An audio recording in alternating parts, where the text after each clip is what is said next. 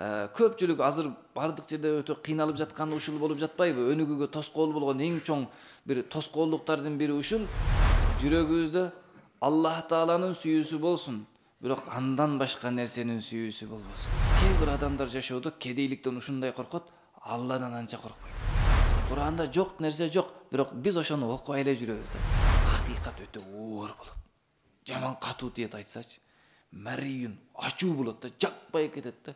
Эй жаш бала, сен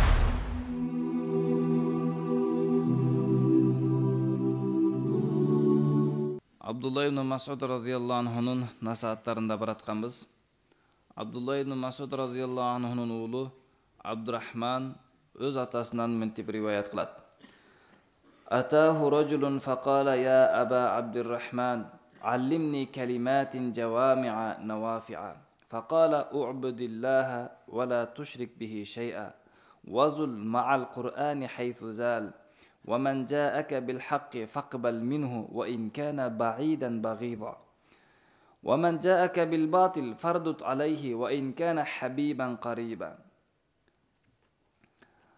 Абдурахман Абдулла ибн Масуд радияллаху анхунун баласы айтат, атама бир адам келип калып айтты: "О Абдурахмандын атасы, үйрөткүнүң мага көп маанини камтыган, өтө көп пайдалуу келимелерди." Ошондо атам айтты: "Сыйынгын жалгыз Аллахка, ага эч нерсени шерик кылба, ага эч нерсени шерик кылба. Жана Кур'ан менен жүрө бергин кайсыл жерге барсаң да. Сага ким акыйкатты алып келсе, кабыл ал андан, эгерчи ал сенден алыс, жакпаган инсан болсо дагы. Ал эми ким сага батыл, туура эмес нерсени алып келсе, кайтарып сал аны, эгерчи сенин жакын, сүйүктүүң, жакшы көргөн адамың болсо дагы." Биринчисинде айтып атат, пайгамбар алейхиссалату вассалам Абдурахмандын атасы деп сурап жатат да. Сиз бизге ушундай бир калималарды үйрөтүңүз, мааниси көп болсун, пайдасы көп болсун, бирок өзү сөзү кыска болсун. Пайгамбар алейхиссалату вассалам айткан: "Утиту жавами ал калиме." Сөздөрдүн ичинен кыска, бирок өтө терең, өтө көп маанилүү калималар мага берилди деп. Пайгамбар алейхиссалату вассаламдын башка адамдардан өзгөчөлүгү ушул эле, кыска сөздүн ичинде өтө көп жана терең маанилерди камтып сүйлөйт эле.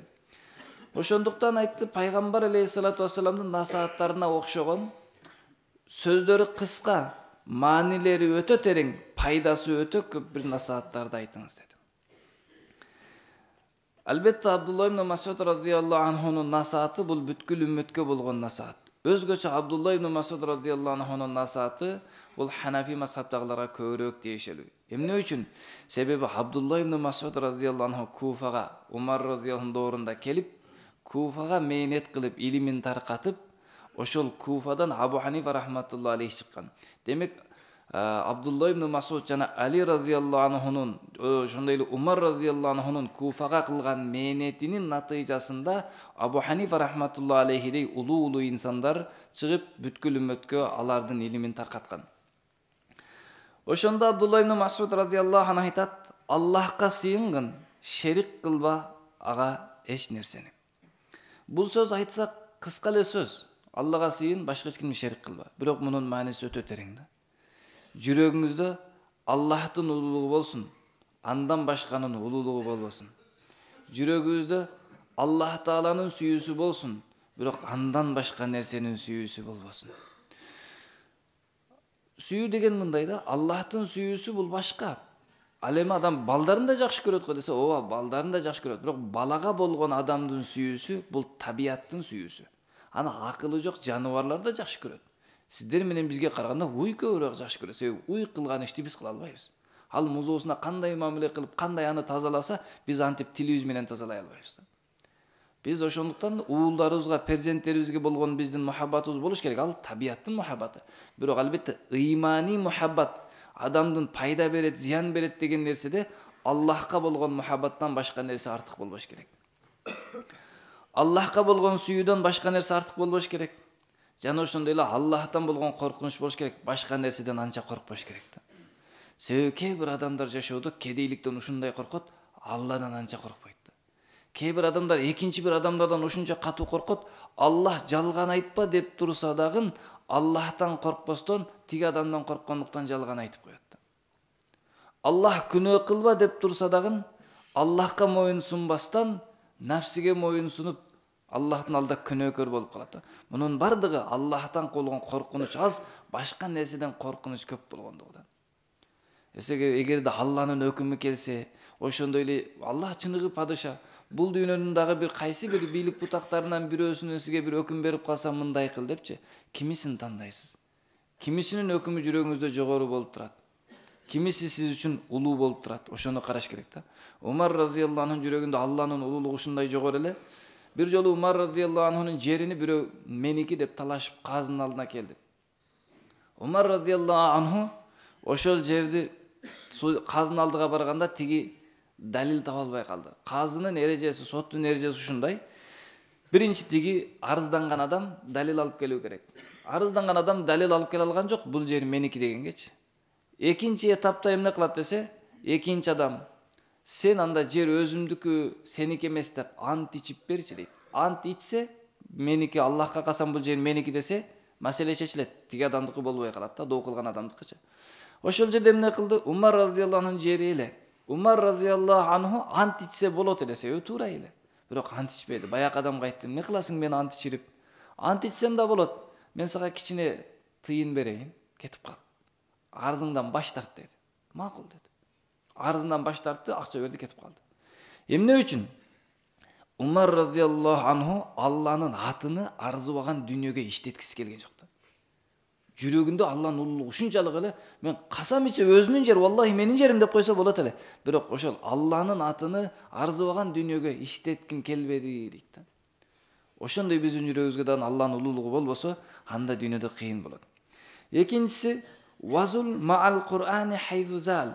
Бара бергин Куранды алып, Куран менен каалаган жагыңа кайда барсаң бара бер. Ал дегенде мансы Куранды көтөрүп алып кете бер деген жок. Жашооңа Куранды алып алып сен кайсы жерде болгонуң, кайсы доордо болгонуң эч качан азгырыкта, эч качан адашууда болбойсуң деген мааниде. Өзү карасаңыздар, фик маселеси бар. Фик маселеси Кур'аны Каримдин кээ бир уламалардын көз карашында фик маселелери Курандагы 500 аяттан чыгарылат.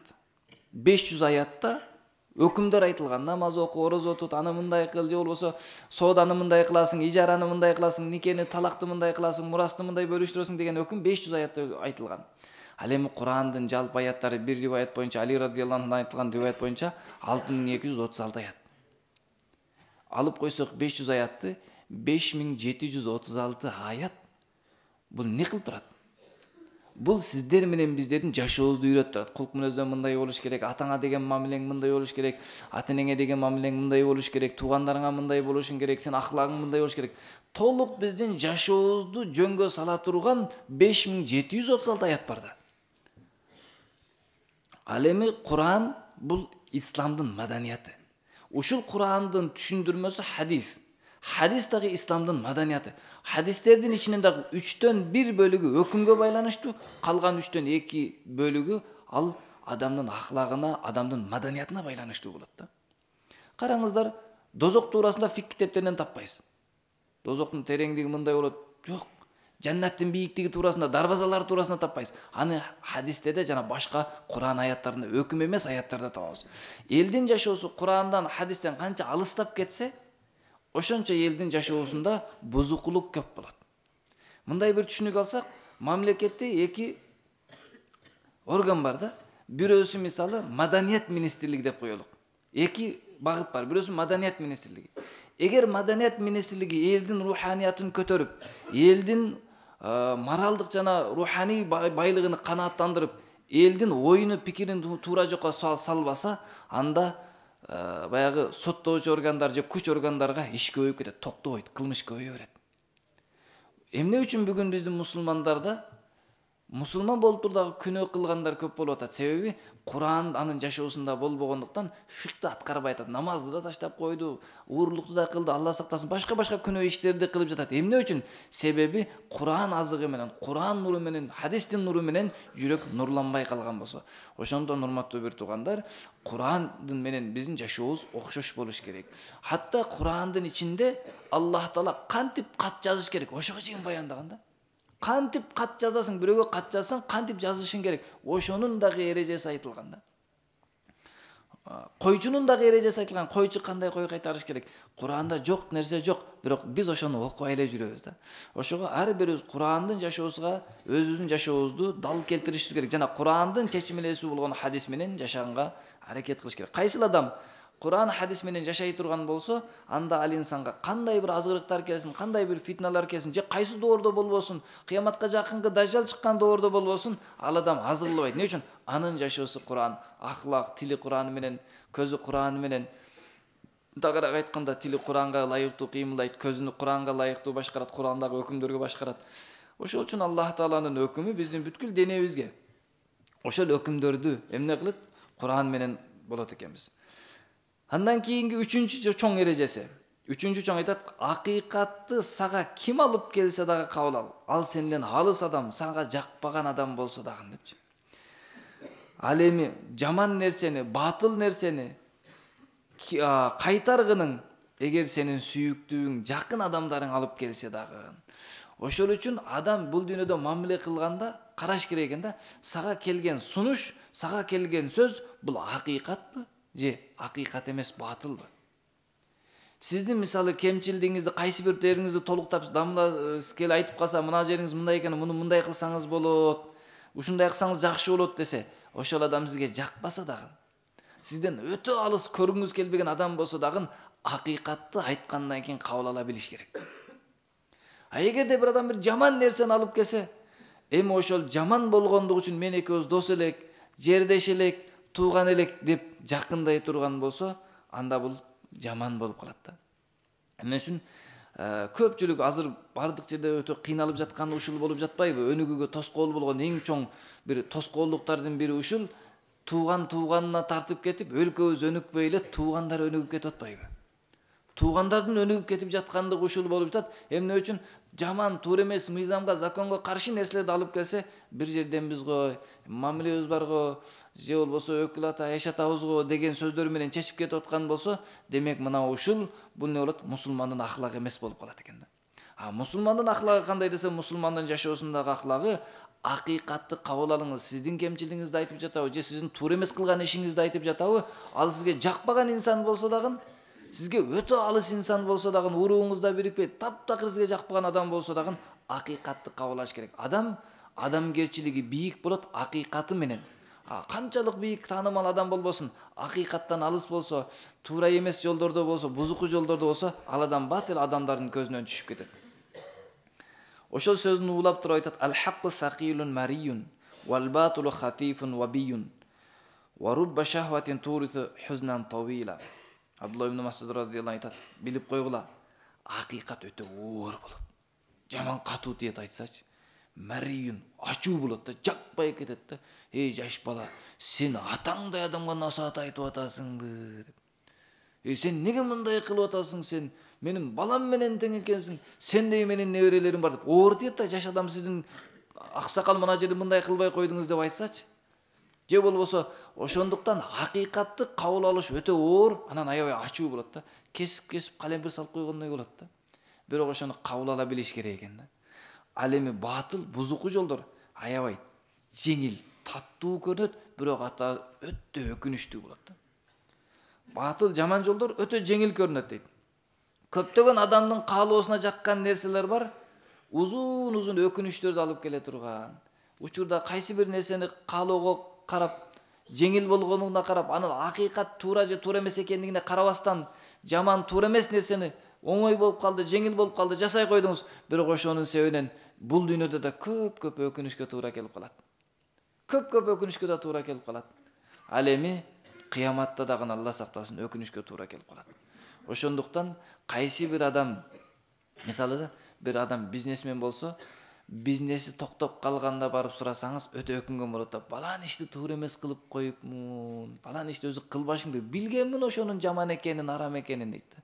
Же кайсы бир адам кайсы бир кызматтан кетип калганда сурасаңыз, эмне оюңуз, мен укпай, паланчыны укпай койбопмун, мына ишти кылбай койбопмун деп көптөгөн өкүнүчкө алып барат. Бирок ошол ою баягы учурда болбойт. Эмне үчүн? Ал убакытта шахват, анын каалоолору, анын сезимдери талап кылып турган болот. Бирок кийин көптөгөн өкүнүчтөрдү алып келет, ал өкүнүчтөр кайра аны оңдой албайт.